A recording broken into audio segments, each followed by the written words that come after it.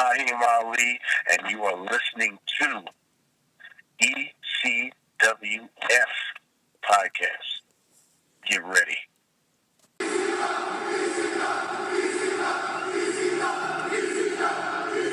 Get the F out. All right, welcome to episode number 25 of the ECWF podcast. We will not get the F out. We put the F back in. Coming to you from the Honda Civic Studio in the Electric City, Scranton, Pennsylvania. I am your host, Sean Bickey, and here is my co-host, Ryan Cownage. And before we get to this episode's guest, I wanted to share with you guys a story that I thought was pretty cool. Sunday night, I acquired Teddy Long's phone number. And I texted him about being on this very podcast. And unfortunately, he said he couldn't because he has an exclusive deal with a different network, which is fine. Whatever. But I knew that going in because a good friend of the show, Sean Patrick Mullen, he messaged him first for me. And I got that same response. So I got in touch with a different booking agent, up close and personal bookings, and I texted Teddy and asked him, just shot in the dark, see what happens. And he actually called me back, which, funny story, this is the funny part of it. I have his phone number, okay? I texted him. He calls me back and he blocks the number. It comes up on my phone, no caller ID. I'm like, Teddy, I have your phone number. What are you doing? Like, whatever, okay. And I said, hey, my name is Sean Bickey, and I wanted to know if you'd be on my podcast. And he gave me the same response that, he couldn't because he has an exclusive deal. And I said, oh, I apologize. He said, no, it's okay. You didn't know. I said, okay. So then an hour later, the guy is on Raw. I'm like, what? He just called me. Are you serious? This really happened? And it's not a big deal to some people, but to me, like, who am I? It's a big deal to me. I thought it was pretty cool. So I texted him, and I'm like, hey, Teddy, looking good on Raw there, buddy. Like, just, that's it. And an hour later, he calls me back again and blocks his number again. And he says, who is this? I said, hey, Teddy, we just talked before. My name is Sean. I asked you about being on the podcast. You told me you couldn't do it. He's like, oh, okay. Well, have a good one, playa. I said, and he hung up. And this is at like 9:54, so he's backstage at Raw calling me. I just thought that was pretty cool. But, all right. We'll get to this. We'll get to the episode. The guest for this episode was Shaheem Ali. And we talk everything from the Monster Factory to ROH, where he's killing it. He's going to be one of those up-and-coming stars. Make sure you remember the name Shaheem Ali, because he's going to be a big name in ROH very, very soon. And we also talked about Ghostbusters. And a little bit of video games at the end. Yes, video games at the end. So, and if you stay all the way through the interview, there's a little Easter egg nugget at the end. Because after we hung up, or after I stopped recording, we still continued to talk for a good 10-15 minutes after. So I recorded a little bit of that, so you guys can check that out. So, enjoy. I ain't about to split a damn thing for convenience sake. I'm at the restaurant working that way. Hold on, you ain't heard of Lil Day, young L, the Jew biz major. You know about the world he raised it. I've been saving money since a mother. All right, back here on the podcast with Shaheem Ali, and from Philly, correct? What is that? You're from Philly? Yes, sir. So, does that mean you're an Eagles fan? I couldn't hear my phone. Are you an... no, trash. That's all right. Are you an Eagles fan? Oh, yeah, of course. We might have to stop talking then. Come on, man. I'm from Philadelphia. How can I go against, I got to ride for the team no matter how good or horrible they do. Did anybody ever tell you that you kind of like DeMarco Murray? No. Oh, okay. I don't take this as an insult, but... Not at all. Usually, when I had the Mohawk, I usually get Cedric Alexander when I'm like... yeah. Okay. So, the name Ali, did you take that after Muhammad Ali? Absolutely. Yeah. Absolutely. One of the greatest of all time. and it's sad to see him go. But we all got to go at some point. But yeah, I'm still a little down about it. Mm-hmm. But now it's time for me to step up and represent the Ali Nation. Right. Were you ever, like, when he passed away, were you worried about, like, some, like, backlash maybe for you using the name? No. If anything, it was probably in the way back of my mind. When it happened, I was actually on the road, and someone just blurted it out, and I'm like, what? No. And then a couple of days later, I heard about the Street Fighter, Kimbo Slice. Yeah. I'm like, dang, a lot of people are just going, man, this year. It's crazy. Yeah, it is. David Bowie at the beginning of the year? Mm-hmm. Crazy. Yeah. But I remember hearing the Ali story, and like, I guess he had gone to the hospital or something for, like, respiratory issue, and then like 2 days later, he was just gone. It was like one of those things. Yeah, and I mean, he was looking pretty bad after a while. He was hanging in there. Yeah. I was hoping that if anything, to pray that he would go into sleep. Hopefully, he wasn't in any pain. Right. Okay, so throughout your wrestling career, did you ever have any other names besides Shaheem Ali? No, I've always kept it. Just my real name, which is Shaheem. Yeah. I always kept it that way because I never stumbled upon any like character name. I would always like fish around, like what I want to be called. I didn't want to be called the Philly Kid because I was like 20 when I joined wrestling, so I wasn't a kid then. So Right. there was just different names that popped out. I think when I first started actually just playing around in 2006, it was me and my buddy Rob Taylor, and we were coming up with names, and I think I was like, I'm going to be Shizzle, and you can be Sizzle, so we're a Shizzle connection, just joking around. Yeah. And I think that could, I guess, count as the first Okay. name.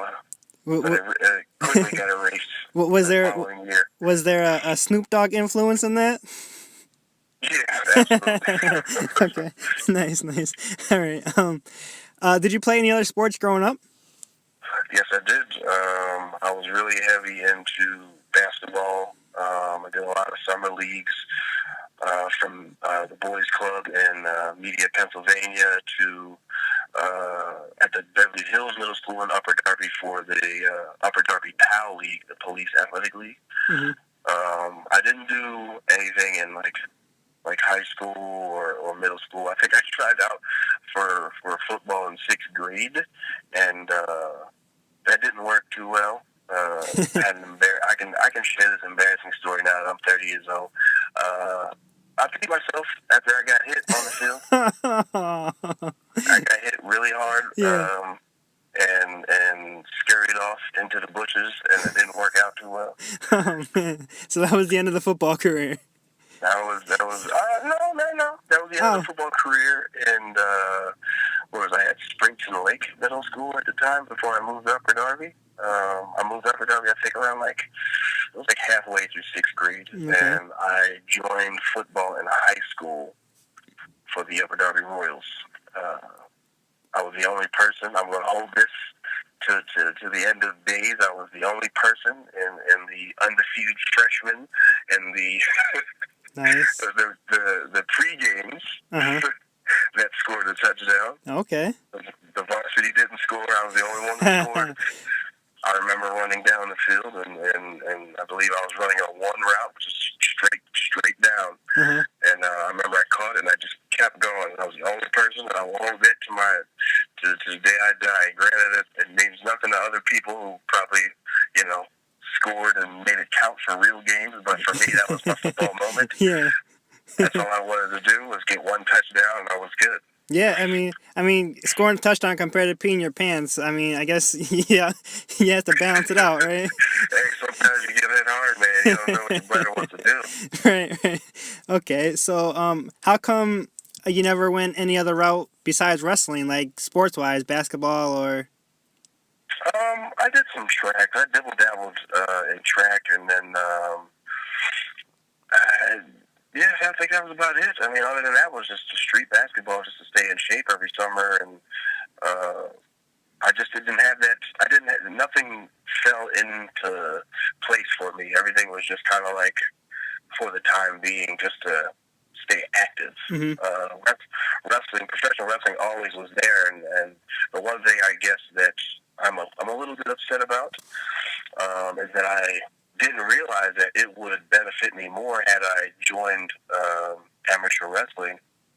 But at the time, not knowing anything other than WWF at the time, ECW, and WCW. I mean, you don't know anything like that. Yeah, I mean, yeah. I was in middle school, high school. Like, I don't know nothing about the business at the time. I didn't know even if I could get into it. So, Right. yeah. So you mentioned you're 30, right? Yeah. Okay, you're the same age as me. So growing up, like I was a huge ECW fan, and I can imagine you being right there in the heart of it in Philly. Oh, yeah. Yeah, yeah. I never got a chance to go. If you want to be honest, if I could be honest, Please do. I've never been to a WWE, ECW, or WCW event ever. I never wanted to. Oh, okay.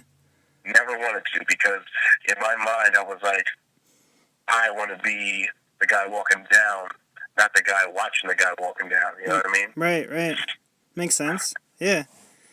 So, I mean, some part of you had to be a fan, though, right? To get into it. Absolutely. My whole life, since 1988, is the first time I believe my mother, God rest her soul, she sat me down and in front of the TV. I believe it was like a Saturday night event, and I just remember her sit me down and was like, hey, watch this, because I was always watching cartoons, and I was big into Ghostbusters and Beetlejuice and all that other crazy stuff that was going on around those times, and I just remember sitting down, and the first thing I seen was Macho Man, Hulk Hogan, Steamboat, and I was like, Ric Flair, like I was hooked, like on all the stuff that I've seen. I was like, what is this? These guys are going like crazy in the ring and beating each other up. I'm like, I love this. Like, this is like way better than anything I've ever seen. It's like a real life cartoon, yeah.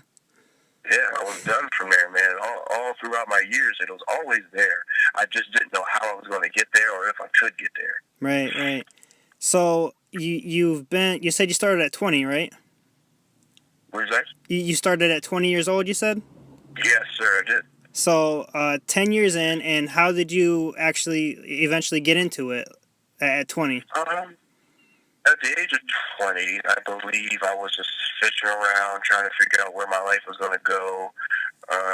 Just broken up with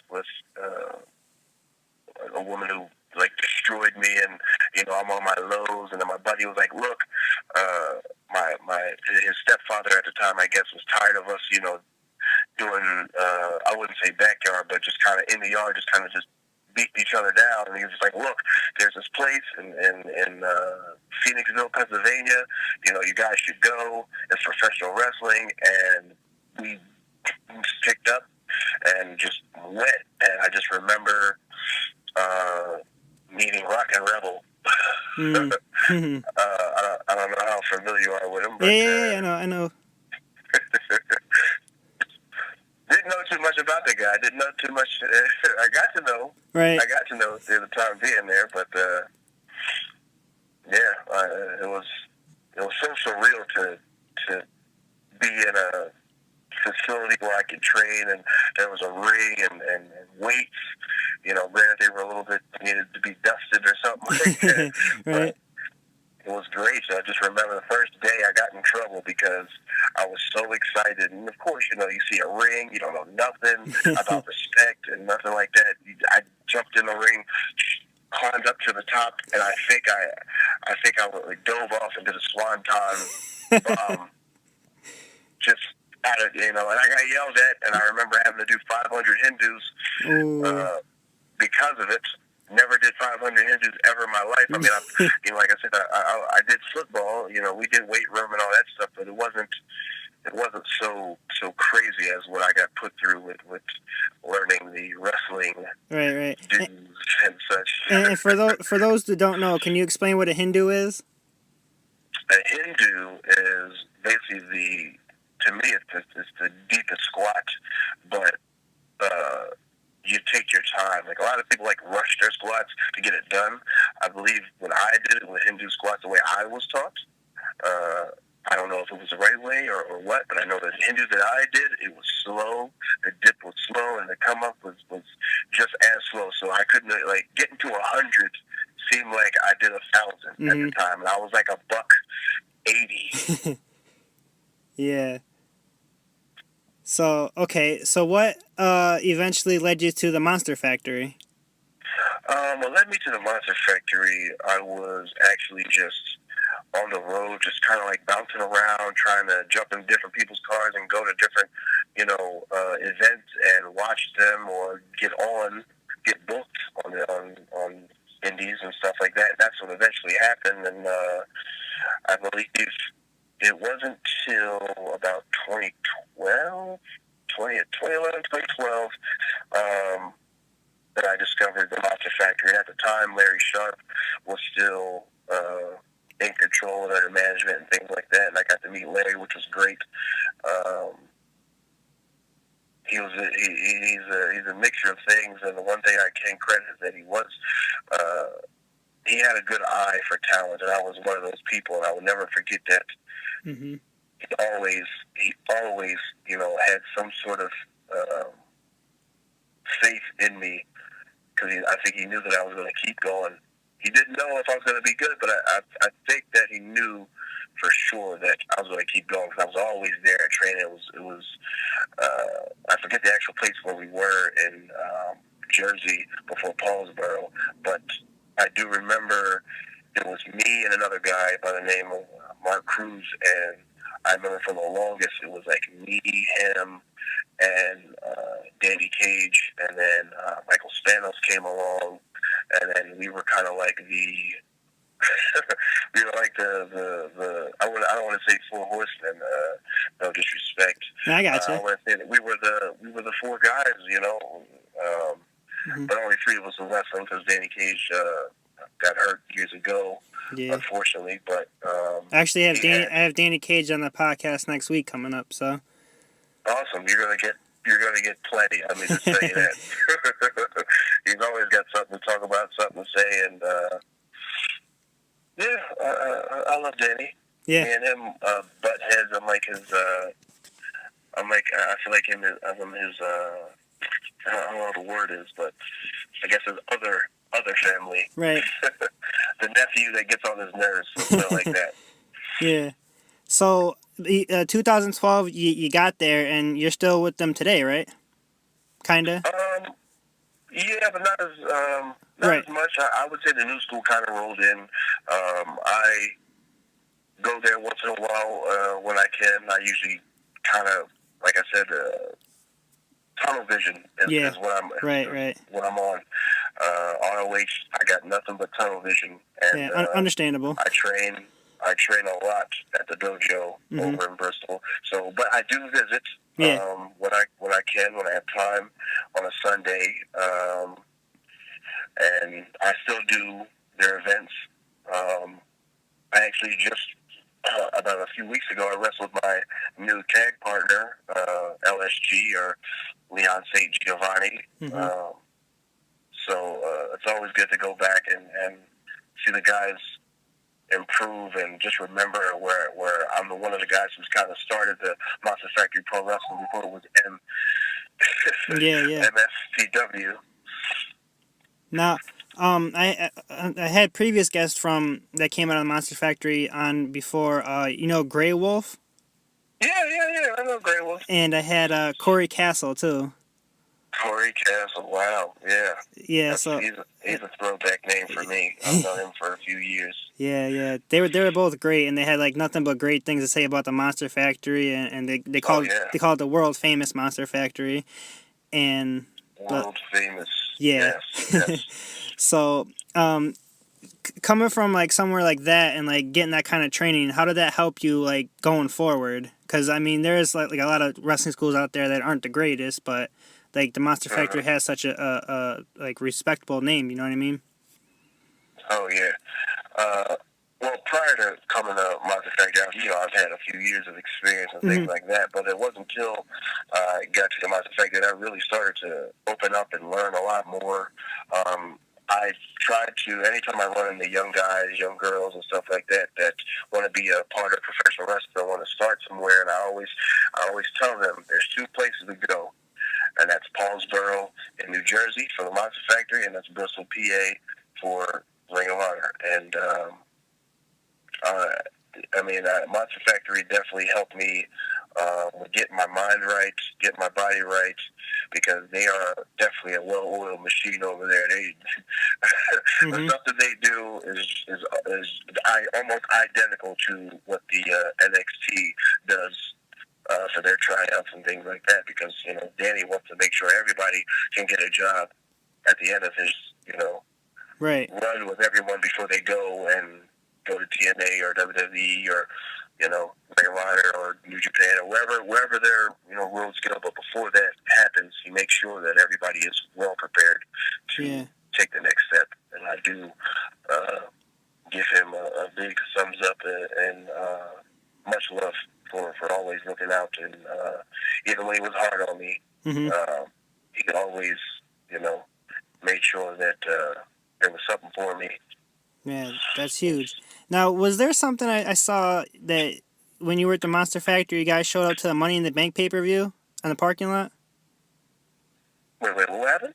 There was something on your Facebook I saw, like, when I think you were at the Monster Factory and you guys showed up to the Money in the Bank parking lot. Yeah, we were out there. I think we were just promoting.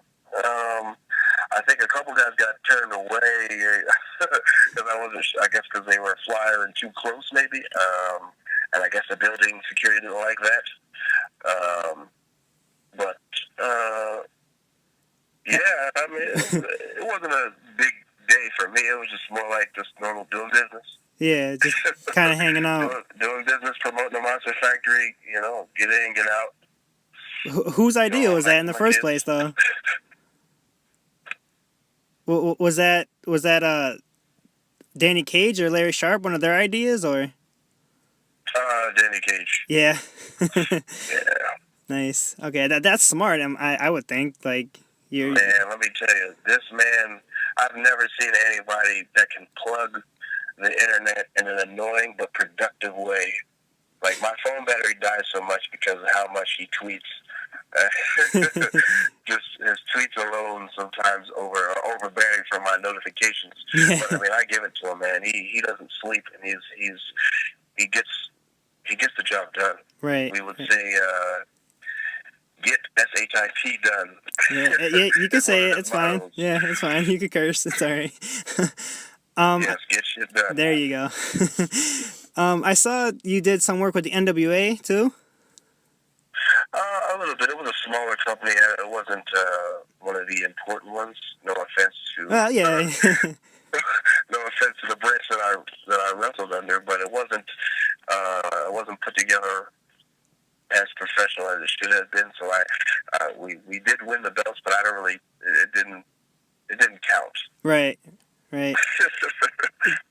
Did you see the news today with, I know you said you don't watch WWE or anything, but the Triple H had a meeting with Paul Bosch, or with one of the guys there, the president of NWA, about possibly buying out Paul Bosch? Wow.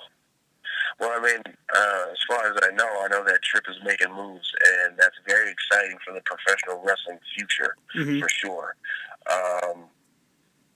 It sounds bad, but...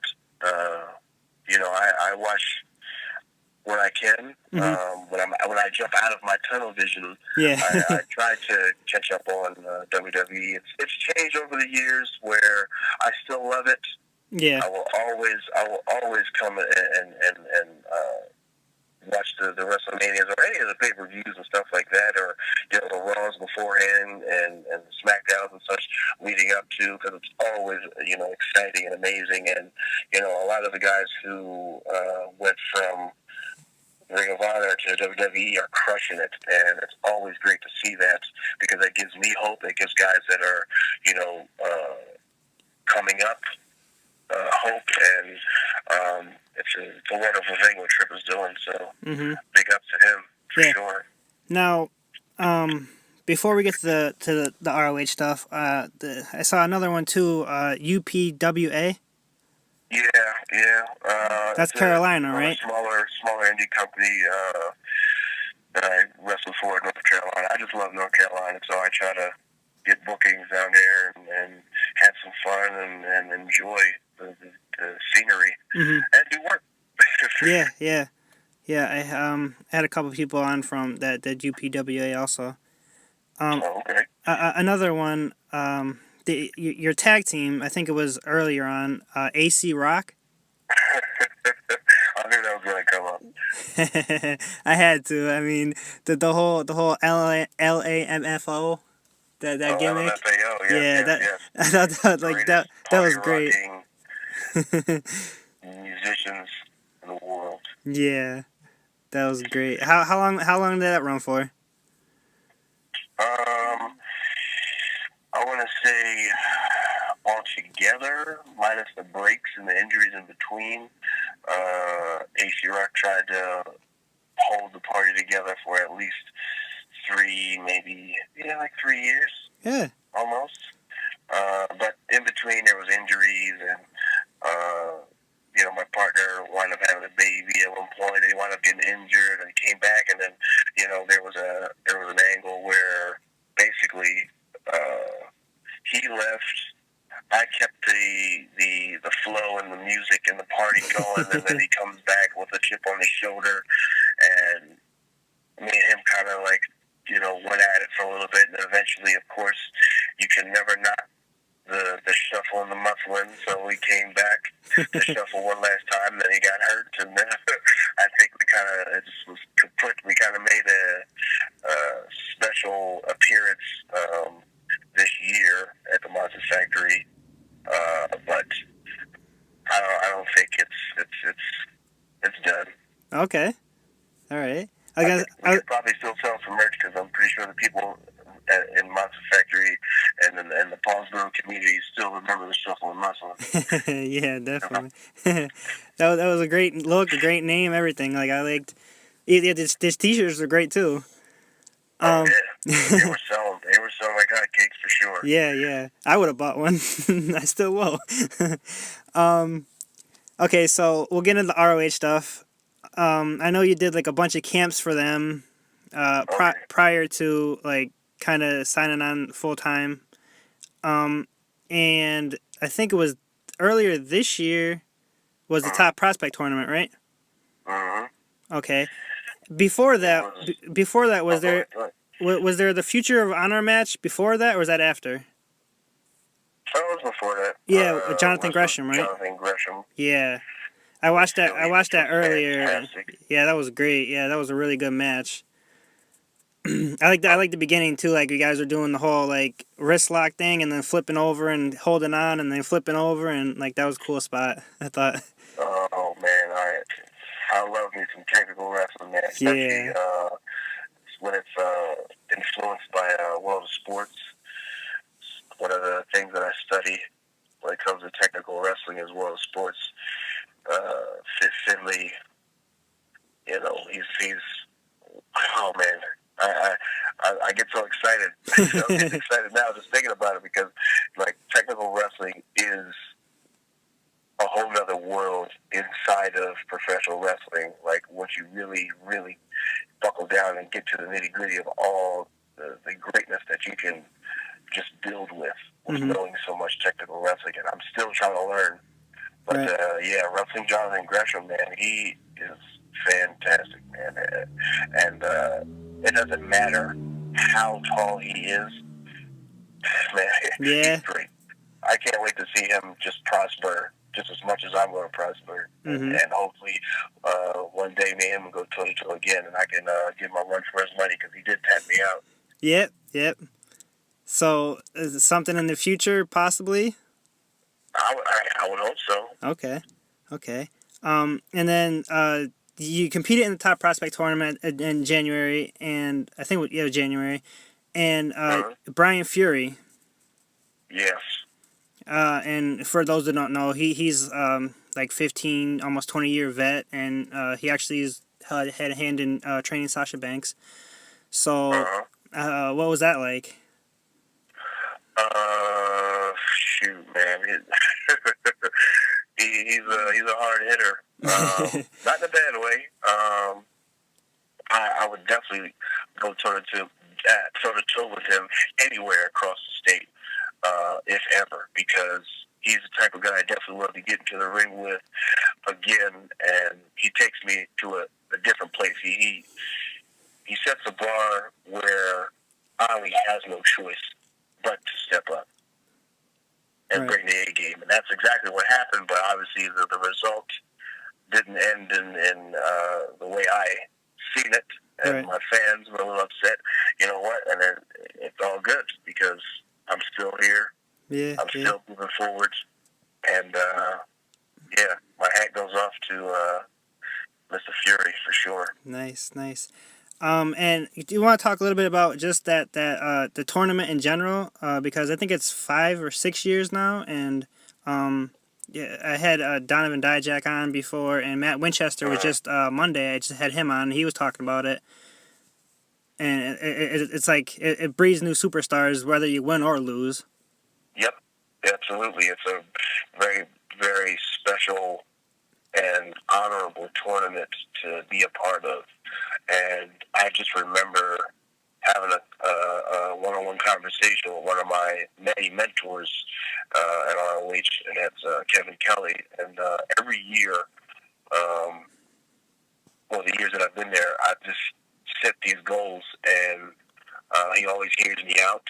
And my goal last year, after seeing, Dijak and Will Ferrara in the finals, and just the tournament itself, when I first got a chance to see it, I was just so wowed to see it live. And then once I got to see one of my good friends, Will Ferrara, being, making up to the finals, man, and granted he didn't win, but he definitely got signed, and I want to follow that. I wanted to be a part of it, and I was like, I will get there, and that was one of my goals. And it was so surreal to get the call, and it almost brought tears to my eyes because my mother would have definitely been there, or at least I know for sure she was there in spirit. So, as a tribute, my career is a big tribute to my mother, who's given me life. And being in that tournament, man, it was just so special. Right. And regardless of me losing, I could say that I did it. Yeah, definitely. That's cool, man.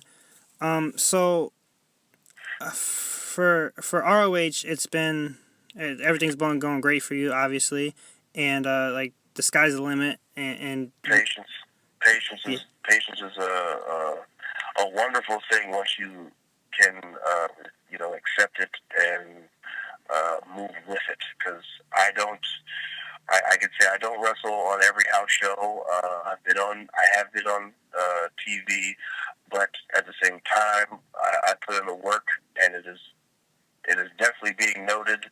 And the guys know me. All the rosters, they know me. So it's just a matter of time before I'm up there with the greats and with all the stars and going toe-to-toe with all of them. Yeah, now, part of you, like you said, because it's been 10 years and everything's starting to take off for you now, does part of you wish that maybe earlier in your career you would have, like, went to an ROH camp earlier and maybe earlier, like, opportunity earlier? Yeah, I wish that I was pointed in the right direction from the get-go. It's funny because when I first started, one of the guys that still to this day, he's super cool, and he's always been respectful, and I know he's proud of me, was Rhett Titus. I remember meeting Rhett Titus along when I first started, and through time, I ran into Adam Cole at CZW training and running out of the arena. Mm-hmm. So a few of the guys on the roster I am very familiar with. So it's pretty cool to see them do their thing, and now that they see me there, it's like, wow, like they're really impressed, and it's just cool to have people in my corner that show me love and respect and things like that. Right. And I think ROH is a lot different than a lot of other places too, because it's one of those things where everybody's rooting for everybody. It's not like the top guy's not worried about their spot. You know what I mean? Absolutely not. It's everything at Ring of Honor is all about honor and opportunity. And at any point in time, you never know what can happen. And everybody at some point is going to get an opportunity, and that's what's magical and amazing about this company. And I'm very excited for my future. Mm-hmm. My age doesn't bother me. No. That was one of the things that I was worried about. I thought that there was going to be like a cutoff or something like that, but no. Yeah, definitely. I think like 30 is like the new like 30, like this new like 40. Like you're just starting to get going in your 30s.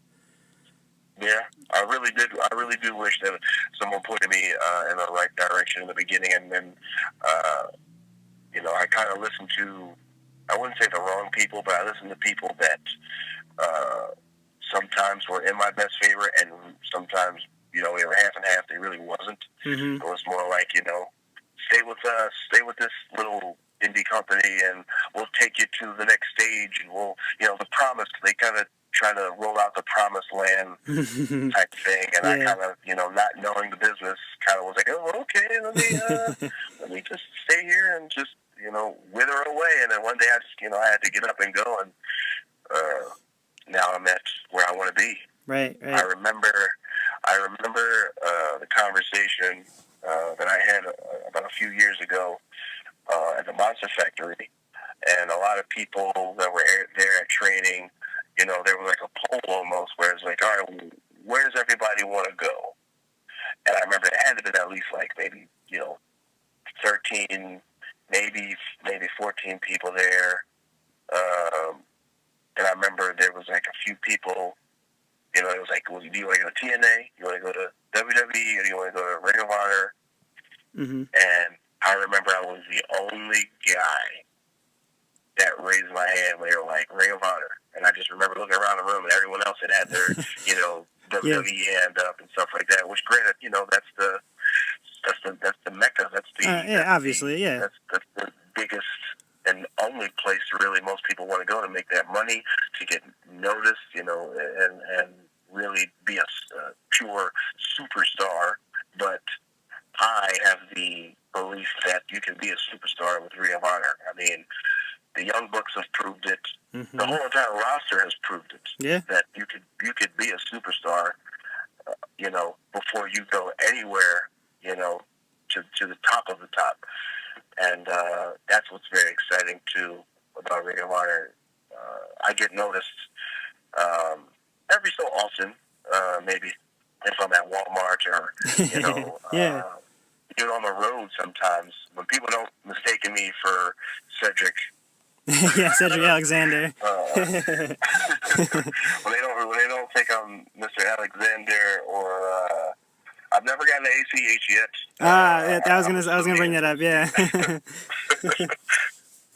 But now I don't know if there's any talk, like, because like you said, obviously like WWE is like the big elephant in the room and everything, but.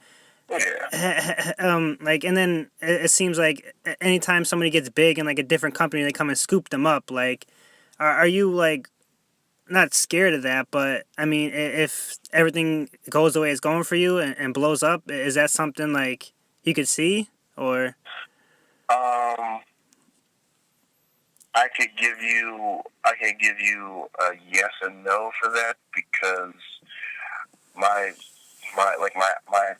vision still is to be Ring of Honor Tag Team Champion, Ring of Honor Television, and Ring of Honor, World Champion. Triple Crown, yeah. That's my vision. Okay. I don't know exactly how that'll work, but I will work hard. And hopefully the future is definitely something that my success rate leads me to those opportunities. Okay, but for now, as far as yeah. WWE though, I didn't mean to cut you off. No, go ahead. As far as WWE, with trying to scoop up talent and things like that, I think that I really want to, since Ring of Honor has tons of historic history and things like that, which I'm still, going back and trying to pick up the DVDs and stuff and learn all the history that has come, throughout the years and things like that. I want to be part of the history for sure. Top Prospect Tournament was just the beginning.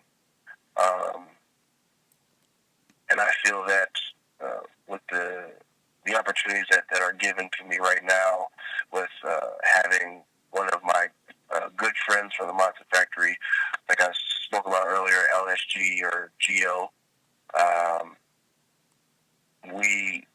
we have something going with this tag team opportunity, and we're hoping to really debut, if not at the end of this year, maybe next year for sure, and sail off into more opportunities. Mm-hmm. Now, you mentioned a tag team, like being in a tag team, and ROH is loaded with tag teams there. And I'm sure you worked with some of those guys before, but is there ever like not an intimidation factor, but like wow, this is cool moment?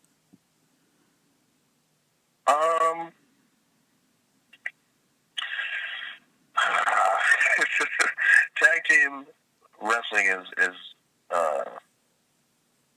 it's amazing, Mm-hmm. especially at Ring of Honor. Mm-hmm. And there's the caliber of gladiators. That's what they are to me. They're like gladiators, like titans. The amount of the talent pool is ridiculous, and I just want to be a part of it, man. I don't even know how to. I'm so like. I just want to be a part of it. I'm like a little kid. Like eager, yeah. With answering these questions, I apologize. No, that's fine. But I'm such a little kid every time. Even when I hear the music play and I walk out, or one of my favorite wrestlers, walk out, like I feel it every time, and it just sends me off into space to just I feel like Macho Man almost talking about space and time and all that stuff, but it really channels the importance for me with professional wrestling and where I want to be, and how important it is to be even getting close to jumping into this talent pool. Everything is a blessing. That's one thing I could just say. Yeah, absolutely. All right. So, have you ever worked in different countries in your career? Yeah. Well, I'd say I didn't work in other countries, but I did travel to Canada this year, which was great. Okay. I got my passport. I was so excited because last year I couldn't go, so I was like a little weeping baby last year. All my friends that going to Canada, they're like, "Oh, you gotta go! Come on!" I was like, I didn't have my passport at the time, but now that I do, and I went to Canada, it was fantastic. I want to go back, and hopefully next time I get a chance to step in a ring with one of the stars. Mm-hmm. Now, how come you didn't have the passport at the time? Huh? Yeah. I didn't have the passport at the time. Any reason you didn't have it, or just you never bothered to get one?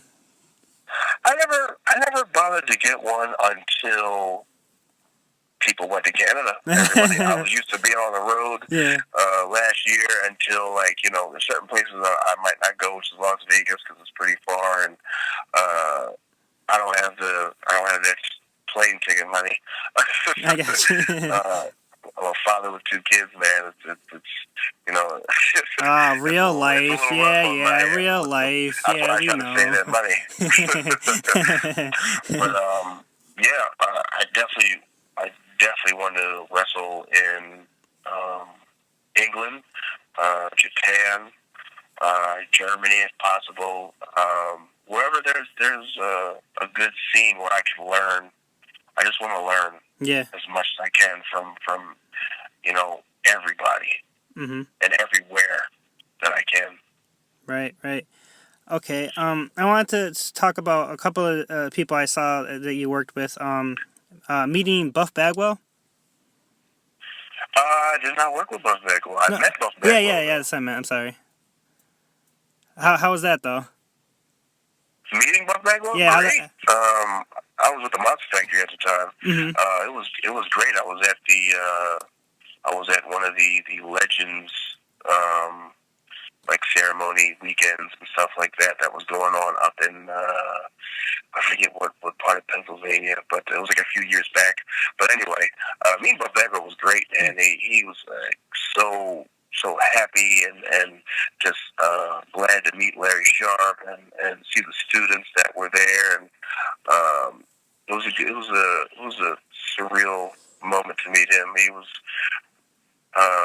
might not have been one of my favorites, but definitely he was in my like pool. Right. I had my like section and I had my favorite section. Okay. All right. I'll throw a couple more names at you. Referee Steve Chaz. Steve Chaz.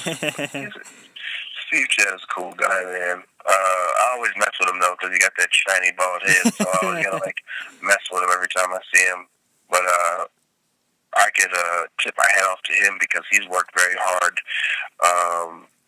to be the ref that he is now, and he's actually, he was in great shape. Yeah, he is. I'm not gonna mess with his. I'm not gonna sit there and pluck his bald head now because I feel like I would have to have a match with him right after. But awesome guy, cool ref. And definitely, if you're on his bad side in that ring, you better watch out because he doesn't play any games, and he'll tell it like it is, right in your face, like Earl Hebner would do. Yeah. You know? Cool. How about Trent Acid? Oh man, Trent. Wow, awesome guy. God rest his soul. Crazy part is I was actually supposed to start training with him prior to him passing away. I remember running into him a few times at ACPW, which is one of the old companies I wrestled for, and I remember we took a SEPTA bus together, a long SEPTA bus ride. I remember he asked me for gum, and we just started talking about wrestling, and we became friends through a few weeks, and I remember prior to him getting off the bus, he shook my hand, he gave me a hug, and he was like, I want to train with you whenever I get a chance to come back to the ring. So I think he was supposed to be making a huge comeback and, trying to get himself well and things like that. And hearing when he passed away, it hurt because I was really excited to learn from someone who really, I would say, shocked the indies. Yeah, that was a shame when that happened. Yeah. Okay. How about Mike Orlando? Mike Orlando. I met him for the first time last year. Met him, and he beat me for my Carolina's title, so I wasn't too happy about that. But cool guy. Yeah. I just recently seen that he is putting his efforts in becoming a better wrestler by coming to the Monster Factory, which is awesome. I commend him for that, for finding one of the best wrestling schools in Jersey, as far as I know. Monster Factory, world famous. It's cool to see him there and putting in the work. And all I can say he's a cool guy. Yeah. Another one we mentioned before, Corey Castle. Corey Castle, wow. I know him from when he was a little bit more wild than he is. He's a little bit more calm now. Yeah, well, for good reason, yeah. I could say if it was on a better stage, I think that Corey Cancel and I would definitely have some epic matches because we've wrestled quite a few times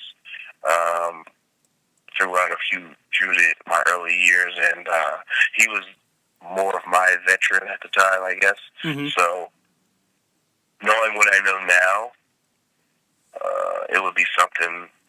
That'd be something fierce. Ali would definitely bring it for sure. Yeah, definitely. That'd be cool. Yeah, I'll definitely look forward to that one. And did you do a seminar maybe? I think it was Colt Cabana. Yes, I did. How was that? At the Monster Factory, yeah. It was cool. I mean, he was like very it was just neat. Yeah. That's the word I'm going to use.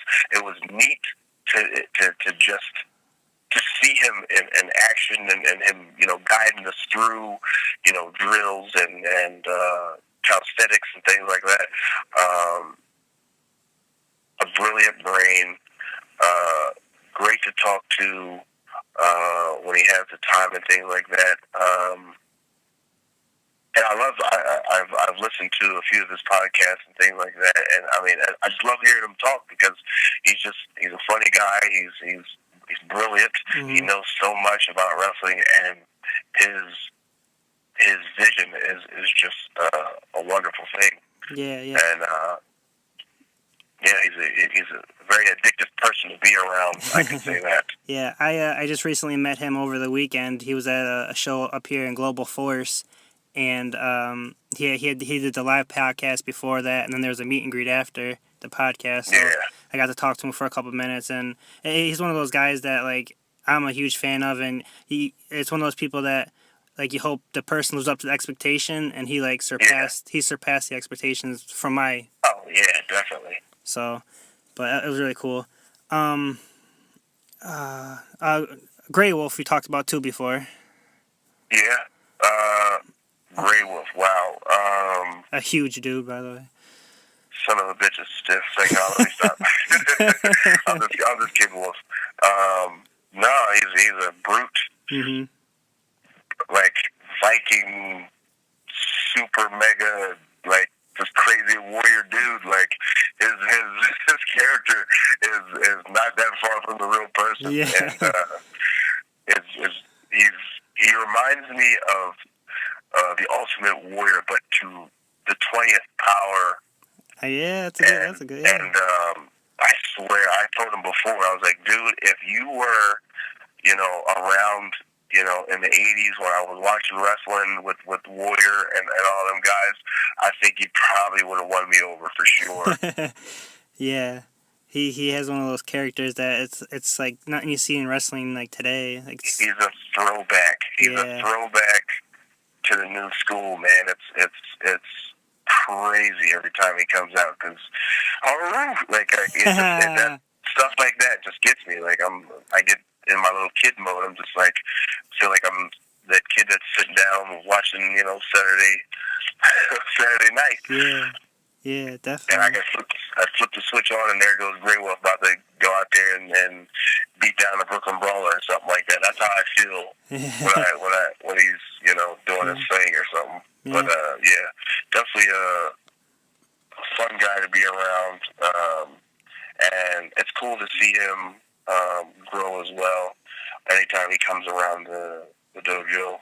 Mhm. Yeah. He's another one that. When I had him on, he said, I recommend anybody that wants to learn how to really attend the ROH camps and because they're like the best thing going. So he really put it over. Oh my gosh, the ROH camps, man! Let me tell you, the magic, the education weekend is just it's amazing. Like. I've done so many. I can't keep count. Yeah. Simple fact. I mean, I'm with the dojo, but at the same time, I still like to be a part of it in some sort of way because there's so many, applicants that come through, and I like to. I'm a people watcher. I like to watch what people do, and just learn learn them, the way they move, you know, their footwork, their mannerisms and stuff like that, like characteristics, just all that stuff. And I just, you know, I love to study people a lot, so it's always cool to see the different people that come through there, the different talent, and I can say that I'm always impressed every time when people come through the camps, and you learn so much in the time that you're there that, you know, I know a lot of guys that I've preached to, and I would tell them, like, hey, like, you definitely should come to this camp because you're going to learn so much. Your life is going to change. You're going to look at the independent scene different. You're going to look at wrestling, period, differently, and it's going to wow you to a whole nother level. And, like, the panel itself, they give their weekend. Mm-hmm. They give their weekend up for probably low pay just to come and share as much knowledge as possible because they care so much, and that is something that I would love to be a part of, you know, in my years to come, to be one of them guys on the panels, you know, once I make a name for myself and stuff like that, because I definitely want to give back because it feels so good to when veterans give back. It keeps wrestling going, and it inspires those who might come to the camp. I've seen guys who come to the camp and their first day goes horrible, and like they'll talk to, you know, Lethal or Cole, depending on who the special, you know, guys that are there. They'll talk to them, and like the next day, you know, everything will be different. The second day is always the best day because the first day is always nerve-wracking. Even for, you know, for me, it's still nerve-wracking. I don't know why. I think it's just because of the excitement and the adrenaline, and there's so many people there, and everyone's looking at each other like, you know, just sizing each other up, and it's just like, damn, you know, am I going to get a ring with this guy? Am I going to get a ring with this guy? Like, it doesn't really matter because anybody you get into the ring with, the panel will know how good you are, and they will point every single thing out, and that's what you want when you go to a seminar for sure. And this camp does that. It does justice for seminars that some people go to. I've gone to seminars before that, you know, I paid $25, $30, $50, and, you know, I got, you know, the basics that I already knew. Yeah. And I'm just like, what? And luckily, Coco Cabana didn't do that. He showed us so much stuff at the Monster Factory. But, like other, you know, guys who weren't on the Coco Cabana level, they're just a waste of money. Right. And these camps, man, they do so much more justice. And I'm going to go to the next one. Nice. I'm going to always be there in some sort of way. Yeah. Whether I'm helping out to be an extra body, or I'm just in there for myself, just to, you know, get an update of, you know, in front of the panel so they can see me. And it's like I said before, it's a blessing for sure. Yeah. On anything that leaving that second day, coming out with the information that helps me get to the next step. Until I get another shot on the road with Ring of Honor, whether it's pre-show or whether it's on a house show, or, you know, I'm loving it. Yeah. Now, besides ROH, is there any other current promotions you're working for? Yeah. Rarely. I would say Rockstar Pro in Dayton, Ohio. Is a pretty cool company. They make and the guys who make shirts over there are awesome. So I plan on getting some shirts over there next time I go, for sure. Monster Factory, of course. KPW, Keystone Pro Wrestling, which used to be Lancaster Championship Wrestling. Out in Lancaster, PA. Aspire, Jenny Rose's promotion in New Jersey. Shout out to Jenny Rose. And that's really it, unless you know, someone's like, hey, you want to hop in a car and go, and I'm like, hey, yes, we got a spot. We got a spot open, man. I'm down. Yeah. I'm always down to travel, especially if it's outside of Ring of Honor, because I can take whatever I've done on the Indies and bring it back to my trainer and my peers and stuff like that, and get their, honest opinions and critiques. I never want to hear good stuff. Right. I always want to hear the bad stuff. Yeah. Until they can't say nothing. It makes you better. The day that they can't say anything, I think I'll be nervous.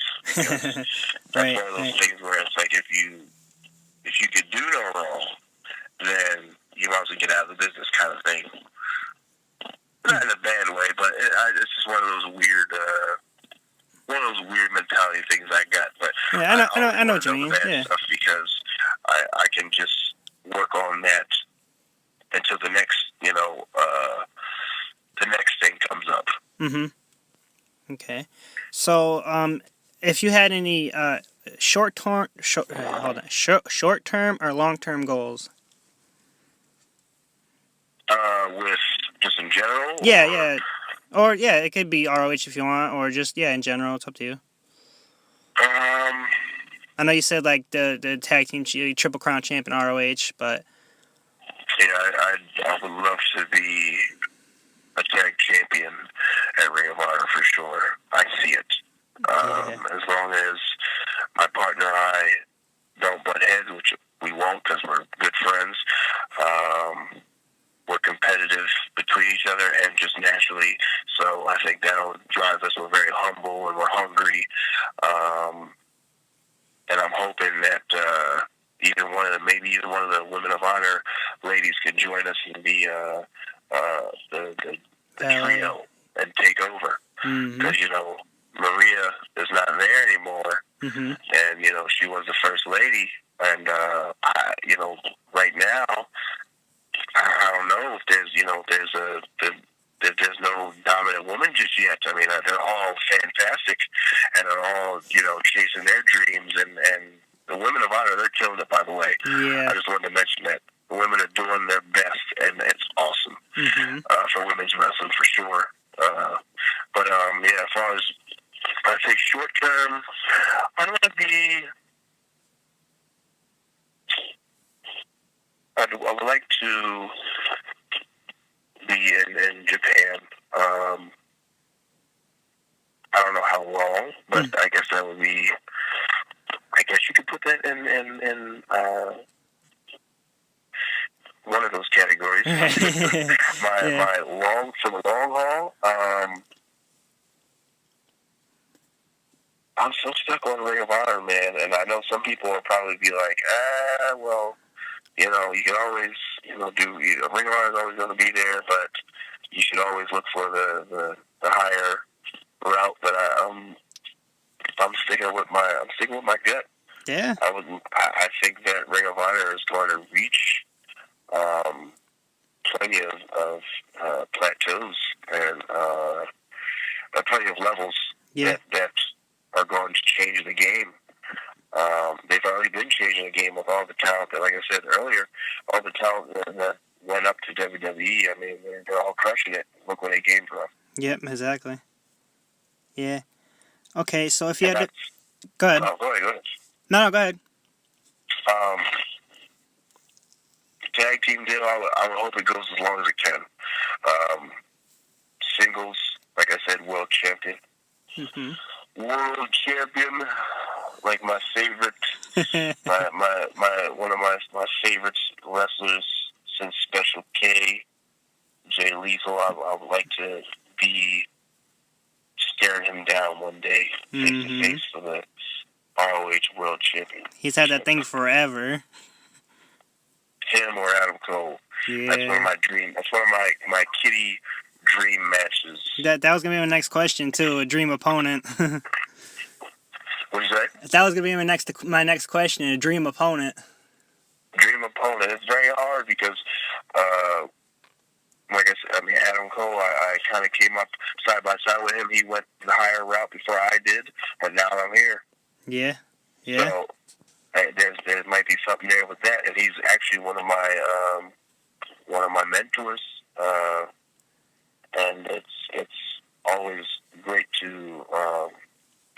brain.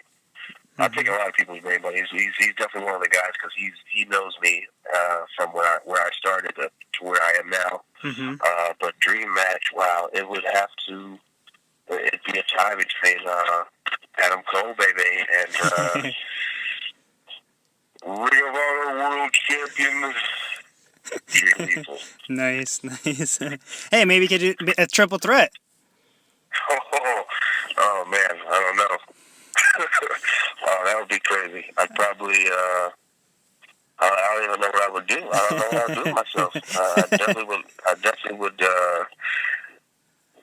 spend a lot of time in my lab studying everything. Right. I was going to say, you're going to have to bring some backup, though, because he has Truth Martini and Taylor and then the whole Bullet Club. I mean, you need some help. True. You never know who might come to my aid to be there if that ever happens. Right. You never know. I never know. I could be standing with Red Dragon. You never know. There you go. I was gonna say maybe Cedric Alexander, but that can confusing too much. Yeah. The Briscoes, man. I could, Hey, that's a good one. Those are my boys, man. Yeah. Them boys is my boys for sure. So, if anything, I can always count on them to be right there. Yeah, and I love their characters because like you could tell that's them in real life. Like there's no switch. That is no character whatsoever. That is all them from from the door, man. Yeah. And they're probably when they're not kicking ass, they're the most humbling and respectful. And just like Colt Cabana, very addictive people to listen to and learn a lot from when they have the time. And I'm very thankful for the information that they've given me as far as when it comes to tag team wrestling, because they are definitely one of the number one tag team, wrestling teams in the world to me. Mm-hmm. Absolutely, yeah, and they've been doing it forever, and they've been at top for forever. Yes. Okay. Last question. I can't let you go without asking you about this. Your Ghostbuster tattoo. Yeah, the Ghostbuster tattoo. Man, I love Ghostbusters as much as I love wrestling. And I think that when I was thinking of getting a tattoo and ink in my body, I was like, I have to get something on my body that I know for sure, no matter what day I look at it, what year, I'm never going to turn around and be like, oh, gosh, why did I get that shit? And then, and I thought, I was like, what is one of my favorite things? I was like, I ain't putting any, wrestling names or wrestling faces on my body. I know a lot of guys who do stuff like that. I'm just like, you got that. Yeah. Yeah, you could do that. But Ghostbusters, man, was awesome, man. The cartoon is what caught me before the movies. I seen the cartoon, and I was hooked. And then I seen the movie, and I was done. I was like, you know what? One day I'm only going to be three things: an astronaut, a Ghostbuster, or a professional wrestler. And you know what? The other two didn't work out so well. So, being a professional wrestler with a Ghostbuster tattoo, there it is. I still bust that ghost. Okay. And they're coming out with a new movie. You saw that, right? Oh yes, the ladies get their turn. What do you think about that? Do you kind of poo-poo that, or? I'm open to it. It's Ghostbusters. Okay, yeah. It don't matter who's behind the proton pack to me. As long as you busting that ghost, that's all that matters to me. Okay. But I'm very excited because these actresses are just hilarious. Yeah. And I know that they'll definitely have some funny things in there. And then I hope that they do Ghostbusters the justice of having awesome ghost battles, Mm-hmm. and from what it looks like, the high-tech proton packs and such just look phenomenal. But nothing beats the old classic proton pack. Nah, definitely not. That was like futuristic stuff back then. Yes. So, all right. Do you want to throw out your social media stuff? Sure. Social media. If you want to start with my email, that I don't really. I'll be honest. I answer it every so often. Mm-hmm. My email, if anybody cares, want to ask me questions or anything about the Ring of Honor camps and things like that, whatever it is, ShaheemAli85@gmail.com. On Instagram, look me up, Shaheem Ali 1985. And for Twitter is, I believe it's Absolute Ali. I'm horrible. I don't even know my own Twitter. It's okay. But yeah, and if anybody wants to, play some PlayStation 4, Absolute Ali, come see me, WWE 2K16. What's up? Wait a minute, because you got to strike one because you're an Eagles fan, okay?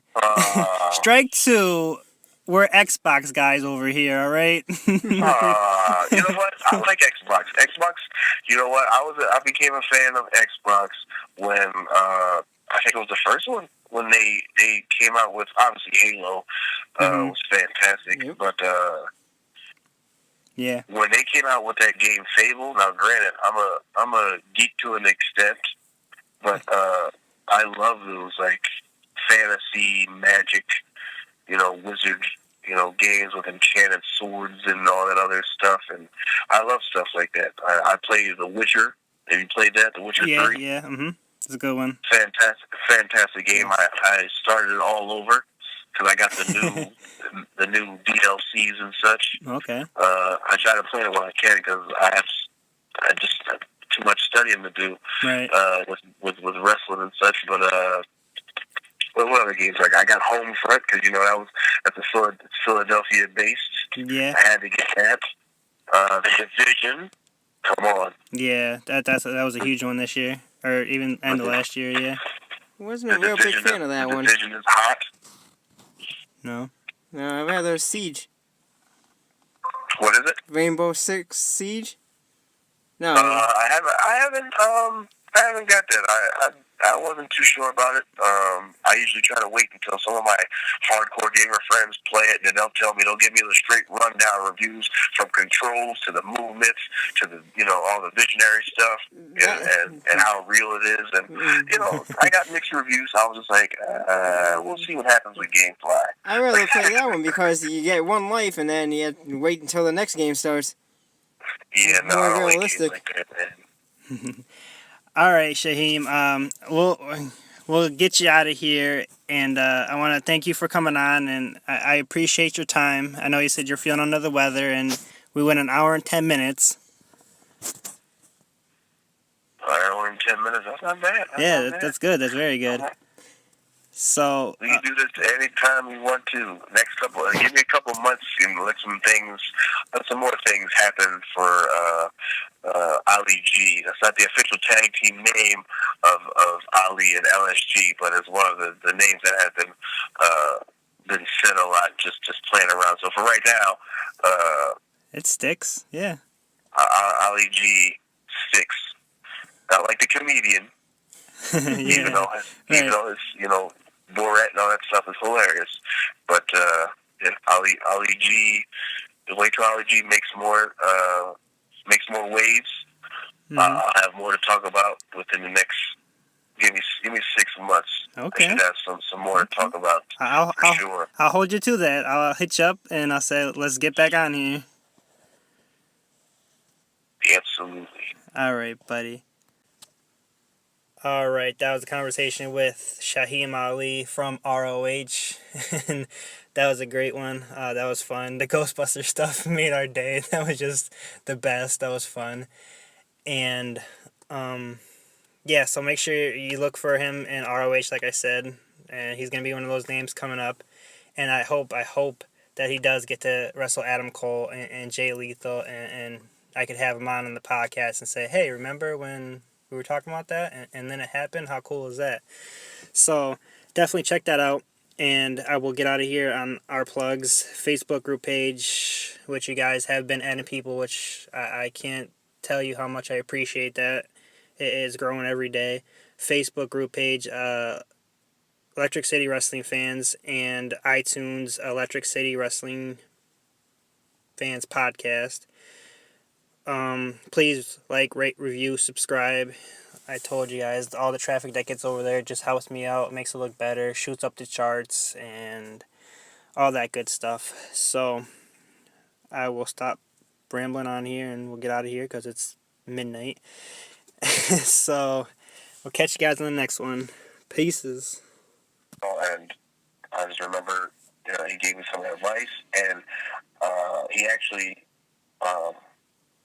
coached me through like a match. Like he kind of gave me some pointers and stuff like that.